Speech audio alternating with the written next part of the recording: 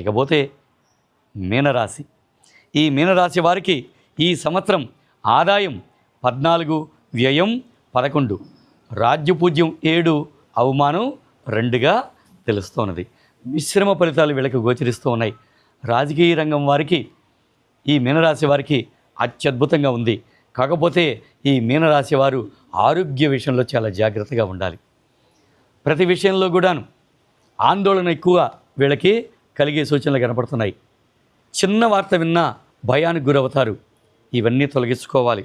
ఎలా అంటే ఆత్మస్థైర్యంతో ఏ పని చేసినా ధర్మబద్ధంగా మనం కనుక చేస్తే ఆ పనిలో మనకు విజయమే కానీ అపజయం ఉండదు అనేటువంటి దృఢ విశ్వాసంతో వీళ్ళు ఈ సంవత్సరం అంతా ఉండగలిగితే అద్భుతమైన ఫలితాలు వీళ్ళకి కనపడుతున్నాయి.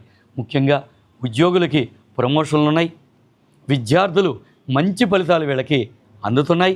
అంతేకాకుండా వ్యాపారస్తులకి అత్యద్భుతమైనటువంటి లాభాలన్నీ కూడాను ఈ మీనరాశి వారికి గోచరిస్తున్నాయి. మిగతా రంగం వారి అందరికి కూడాను అద్భుతంగా ఉంది.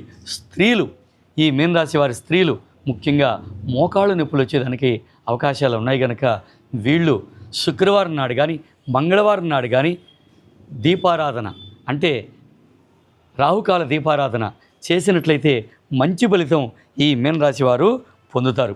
అంతేకాకుండా శ్రీ వెంకటేశ్వర వజ్ర కవచ స్తోత్రాన్ని ఈ మీనరాశి వారు కనుక పారాయణ చేస్తే మంచి ఫలితాలు పొంది ఈ సంవత్సరం అంతా కూడాను ఆనందమయ జీవితాన్ని వీళ్ళు గడుపుతారు.